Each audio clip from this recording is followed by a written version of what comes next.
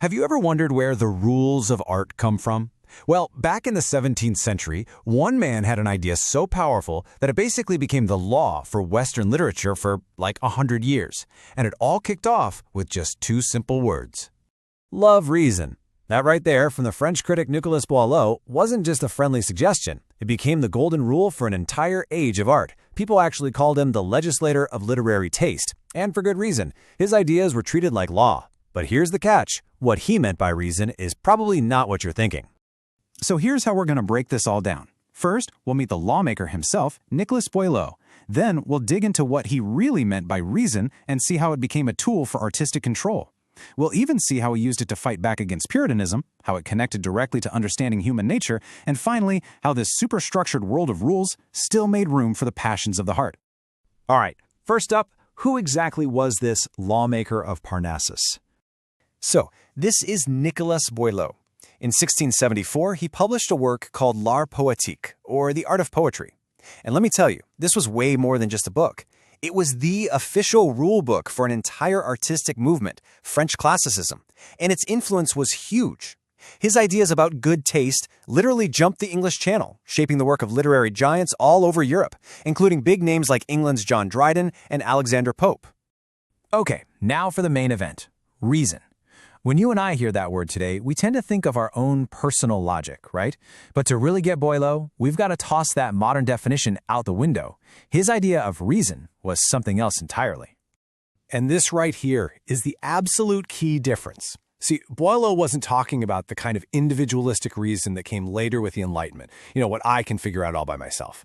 No, he was reviving a much older, classical idea of reason, the notion that it's a shared human ability, something that lets us see universal truths. It's not about my subjective opinion. It's about the objective stuff that we can all recognize as true together.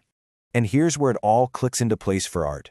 If reason can show us these universal truths, then it can also give us universal rules for creating great art. So, what were these rules of the game? For Boileau, if you were a writer who wanted to love reason, it meant doing four main things. First, you needed control. Your work had to have a clear, logical structure. Second, moderation. You had to avoid going over the top with wild, extravagant stuff. Third, you had to follow the famous unities, basically keeping your story in one main location and within a single day. And finally, imitation. You had to study the classical masters, because they were seen as the ultimate examples of reason in art. But for Boileau, reason wasn't just some high-minded artistic principle. Oh no, he actually used it as a weapon in the culture wars of his time, specifically against the religious Puritans who were attacking the arts. He had to remind everyone that for a long time, the dominant religious view was that the theater was just plain sinful. The stage was seen as this place of moral rot, something any truly devout person should stay far, far away from. Boileau's comeback to this was just so elegant. He basically said that right reason shows how foolish this ill-placed zeal really is. His argument was that banning art altogether was a massive overreaction based on fear. A truly rational religion, he suggested, shouldn't be afraid of the stage. Reason could bring back some much-needed balance. And this all brings us to a much deeper point. For Boileau, reason wasn't just some abstract concept floating in the clouds. It was firmly planted in the real world, specifically in observing human nature. His famous advice to poets was to study nature. But when he said that, he didn't mean go out and paint landscapes. He meant human nature. The artist's true job, he believed, was to figure out the secrets of the heart, to watch people, understand them, and then portray them with universal truth. And this quote is the perfect, most straightforward example of what he meant. Think about it. It's just not reasonable for an old man to talk with the fiery passion of a teenager, right? To be believable, to be true to nature, characters had to be controlled by reason. They had to act and speak in ways that were universally recognizable for who they were. So, with all this talk of control, rules, and logic, you might be thinking this art sounds kind of cold and, well, boring. But that's not the whole story at all. For Boileau, there was absolutely a place for passion.